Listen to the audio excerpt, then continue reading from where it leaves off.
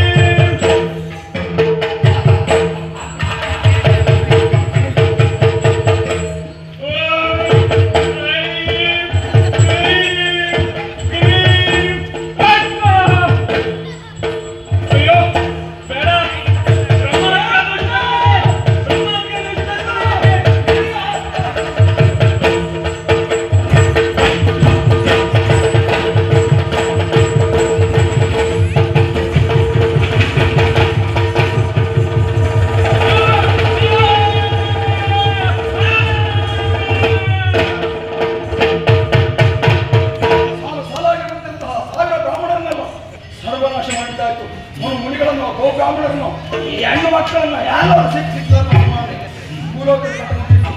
ಇನ್ನು ಉಳಿದದ್ದು ದೇವಲೋಕ, ಆಮೇಲೆ ಸತ್ಯಲೋಕ, ಅದ್ರ ಮೇಲೆ ನಮ್ಮ ಅಪ್ಪನಿಗೂ ಬೀಳುವ ಮಗ ಇದಲ್ಲ. ಆದ್ದರಿಂದ ನಮ್ಮ ಪ್ರಯಾಣ ನೇರವಾಗಿ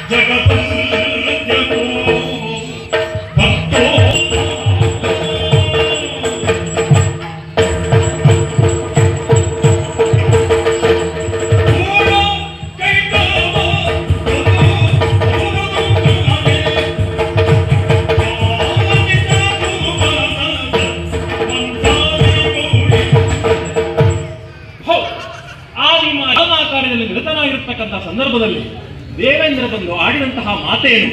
ಹರನ ಮಗನಾದಂತಹ ಭಸ್ಮಾಸುರನಿಂದ ತಮಗೆ ಉಪಟಳವನ್ನು ಹೊಂದಿದೆ ಎಂಬ ಮಾತನ್ನು ಆಡಿದ.